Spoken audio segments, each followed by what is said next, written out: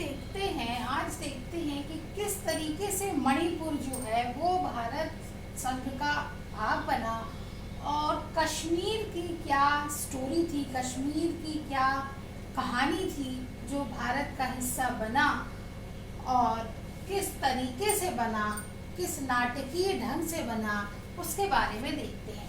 देखिए, मणिपुर जो था नॉर्थ ईस्ट का एक राज्य था मणिपुर, जहाँ पे राजा थे बोधचंद्र सिंह। जहाँ के राजा क्या थे? बोधचंद्र सिंह। ये मणिपुर जो था, यहाँ के राजा ने भारत सरकार के साथ एक समझौता किया था, जिसमें ये कहा गया था कि वो स्वायत्तता जो है मणिपुर की, वो भारत का हिस्सा बनेगा, लेकिन आंतरिक स्वायत्तता यानी कि राजा को ये आज़ादी दी गई थी कि वो है भारत का हिस्सा, लेकिन अपना शासन अपने अंदर पर मणिपुर में चलाता रहेगा।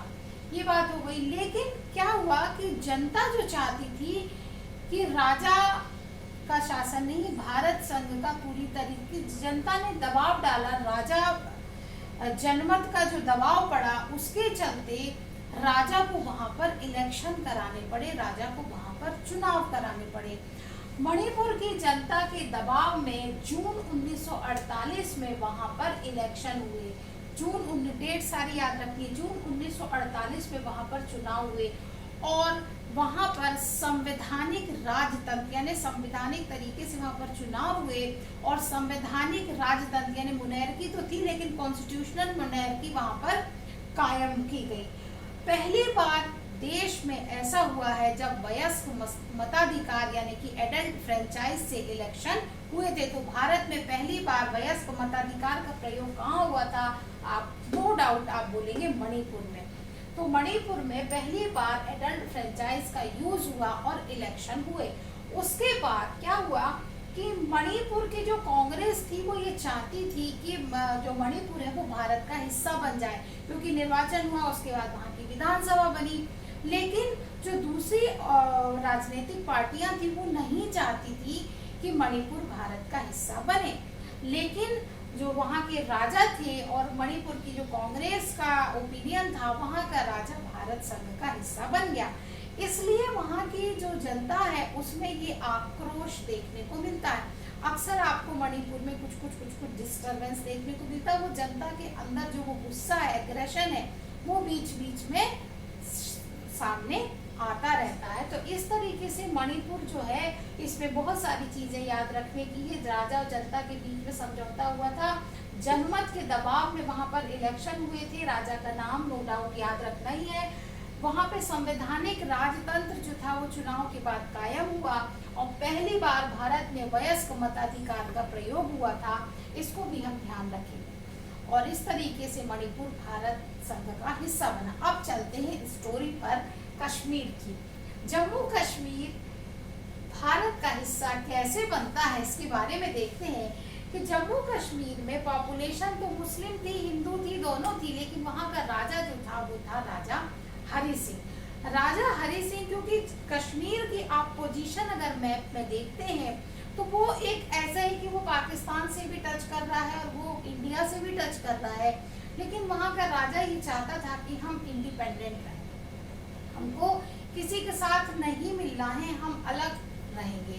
तो उन्होंने कहा कि हम अलग रहना चाहते हैं, तो उन्होंने 1 अगस्त 1947 में ये बोल दिया कि हम यहाँ पर हम अलग रहेंगे। भारत सरकार का रुख भी थोड़ा लचीला था, क्योंकि उससे कुछ डिस्टरबेंस उनको मैप में भारत में बीचों बीच नहीं पड़ रहा था, जैसे कि हैदराबाद था अंदर आ रहा था और आपका जूनागढ़, मणिपुर ये अंदर आ रहे थे हमारे इंडियन मैप के। लेकिन ये कश्मीर एक कॉर्नर में ऐसा स्टेट था जिससे हमको कोई खास डिस्टरबेंस होने वाला नहीं था। तो भारत सरकार का रुख भी थोड़ा लचीला था, फ्लेक्सिबल था। उन्होंने कहा चलो ठीक है, कोई बात नहीं। इन्होंने क्या किया कि पाकिस्तान को छूट तो दे दी, तो 16 अगस्त यानी 16 अगस्त को इन्होंने पाकिस्तान से समझौता कर लिया कि हम अकेले रहेंगे।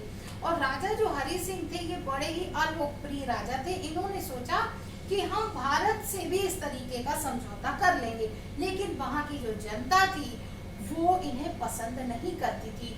तो पश्चिमी जो कश्मीर वाला पार्ट था वहाँ के मुसलमानों ने इनके खिलाफ बगावत कर दी, और बगावत करने के बाद वहाँ पर उन्होंने अपनी एक आज़ाद कश्मीर सरकार बना ली। क्या बना ली? आज़ाद कश्मीर सरकार। पश्चिमी कश्मीर के जो मुसलमान थे उन्होंने बगावत करके आज़ाद कश्मीर की सरकार बना ली। अब क्या हुआ, इस बात का फायदा, जब राजा का डर खत्म हो गया कि लोग उनके ही खिलाफ बगावत कर रहे हैं, तो ये एक साइकोलॉजी होती है कि दूसरे लोगों को भी हिम्मत मिलने लगती है। जब तक सब लोग उससे, हेड ऑफ द नेशन से डर के रह रहे हैं, वहाँ के राजा से डर के रह रहे हैं, तब तक स्मूथ है। लेकिन जब बाहर के लोगों को ये पता चलता है कि इसका कंट्रोल वीक हो रहा है, इनके अपने ही लोग इनके खिलाफ हैं, तो बाहर वालों की हिम्मत भी होती है। तो इसका फायदा उठाया इनके वेस्टर्न पार्ट के जो पठान थे, कबीले थे, उन्होंने कश्मीर पर कर दिया अटैक। कब किया? 22 अक्टूबर 22 अक्टूबर 1947 में पठान कबीलों ने अटैक कर दिया। अब इनसे तो नहीं संभल पा रहा था राजा हरि सिंह से, वो क्या करते, वो उधर पाकिस्तान साइड से जो कबीले आए थे पठान, उन्होंने अटैक कर दिया। अब इन्होंने मांगी भारत से मदद, क्योंकि इधर से भी ये लोकप्रिय नहीं थे। इन्होंने भारत से मदद मांगी, तो भारत ने कहा नहीं, आप हमारा हिस्सा तो बन नहीं रहे थे, तो हम आपको मदद कैसे दे दें?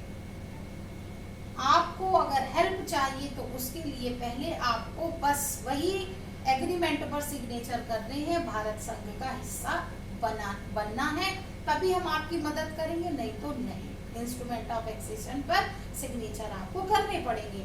राजा हरि सिंह ने कहा ठीक है, हम सिग्नेचर करते हैं, लेकिन आप कुछ ऐसा करिएगा कि हमारी कश्मीरियत, जो हमारी पहचान है, आइडेंटिटी है, वो बनी रहे। ठीक है, कर दिया गया, और इस तरीके से जम्मू कश्मीर भारत का हिस्सा बन गया। 27 अक्टूबर 1947 में ये सिग्नेचर हुआ है कि कश्मीर भारत का हिस्सा है राजा हरि सिंह के साथ। उसके बाद अब वो युद्ध तो चल रहा था, भारतीय सेना वहां पर आ गई, भारत ने इनका सपोर्ट किया। भारत इस मामले को यूएनओ भी लेकर गया, भारत इस मामले को यूएनओ भी लेकर गया। यूएनओ ने बीच बचाव किया, और 1 जनवरी 1949 को सीज फायर, युद्ध विराम की घोषणा कर दी गई। भारत सरकार ने कई बार बोला कि हमारे जो कश्मीर के हिस्से पर आपने कब्जा किया है, पाकिस्तान वो वापस करे। पाकिस्तान ने उसको वापस नहीं किया और अपने मैप में उसको शो करने लगा, लेकिन वो हमारे भारत का हिस्सा है। तो इस तरीके से जो कश्मीर था वो भारत का हिस्सा बना। शर्तें जो उन्होंने रखी थी वो एक अलग टाइप का टॉपिक है। कॉन्स्टिट्यूशन में जब पढ़ते हैं तब उसमें देखते हैं कि उन्होंने कहा था कि कश्मीर की विधानसभा अलग होगी, कश्मीर की विधानसभा अलग होगी, भारत सरकार वहाँ पर किन किन मामलों में कानून बनाएगी। अब ये सब चीज़ें खत्म हो चुकी हैं। अब तो वो अलग देश की मांग कर रहे थे कि हम अपना एक अलग देश बनाएंगे। अब देश क्या, वो तो राज्य भी नहीं रहेगा, यूनियन टेरिटरी बन गए हैं। तो अब देखते हैं, ये हमको अपने पॉइंट ऑफ व्यू से जो हमारा सिलेबस है, इनकी डेट याद रखनी है, नेम याद रखने हैं कि भारत संघ का हिस्सा वो कैसे बना। बाकी की स्टोरी एक अलग पार्ट है कि अब क्या हुआ, अब कश्मीर की क्या पोजीशन है, उसको अलग तरीके से देखेंगे। तो इस तरीके से मणिपुर, कश्मीर, जूनागढ़ और हैदराबाद, इन रियासतों का भारत में विलय किन तरीकों से हुआ, उनके डेट्स, उनके नेम, ये सब कुछ इम्पोर्टेंट है, ये याद रखना है आपको। स्टोरी फॉर्म में याद रखिए, इजी हो जाएगा आपके लिए। बार बार बोल रही हूँ, यूपीएससी या मेंस में जब आप आंसर लिखते हैं तो ये सारी चीज़ें आपको वहाँ पर बहुत ज़्यादा सपोर्ट करेंगी।